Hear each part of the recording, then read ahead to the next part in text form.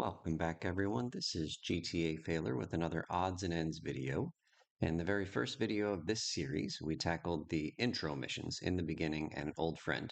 And since then, we have done no story missions. But in the main part of this series, we've been focused on increasing our in-game percentage. And frankly, we are running out of things that we can do to increase our in-game percentage before we have to move on to the next story mission in the game.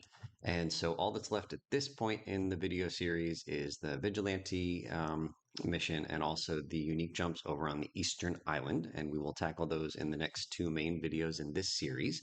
And then we're going to start the story missions. And so I thought this would be a good time to just briefly talk about the mission tree. So this is a page from wiki.gta.org. I've included the link to this page in the description below, and we'll just take a quick scroll through the entire page just to give you a sense of the scope of this page and the scope of the missions here in Vice City.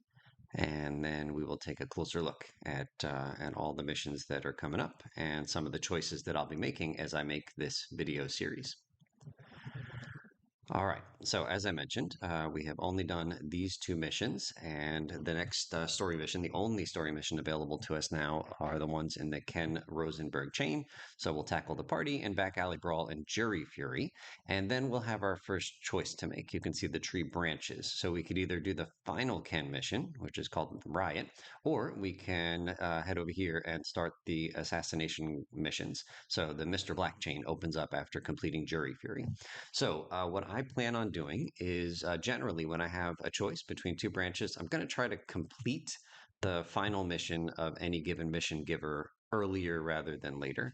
And so because I can get Ken's L for lawyer icon off the map by just doing one more Ken mission, I'm going to do that. And in fact, I'm going to save the Mr. Black missions for very late in the play series because I can't get his icon off the map until I've completed a ton of other missions.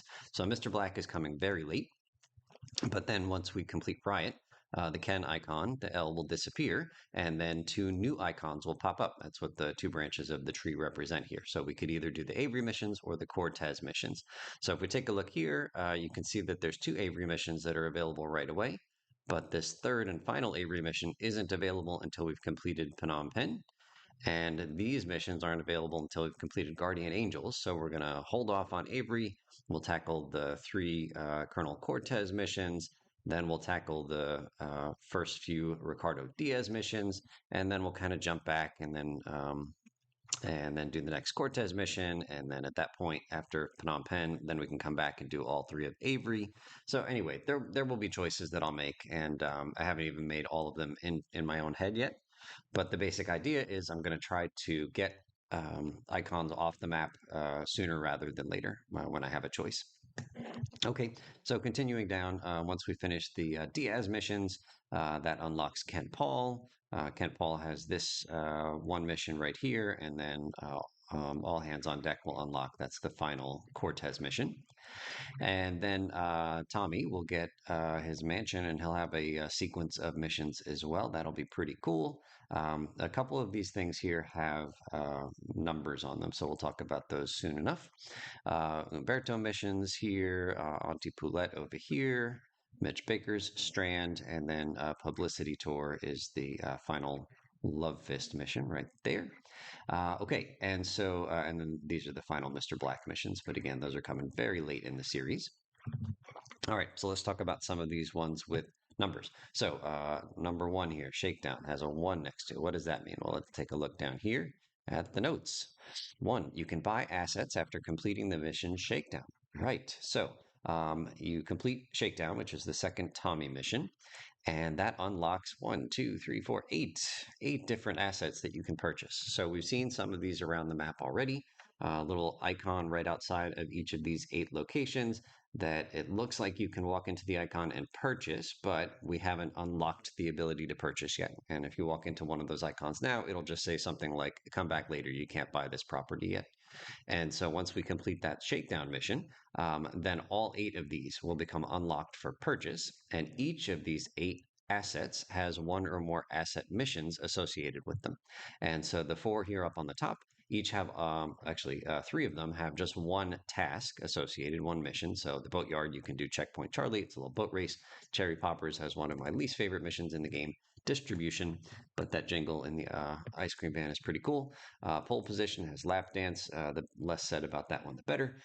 Sunshine Garage has the import export list, four of them actually, as well as six street races. And then once you complete each of the tasks for a given asset, then you're finished with the asset and you get like a nice little cutscene showing the asset. And then money starts to generate for you outside of the asset. The bottom four assets are much more involved.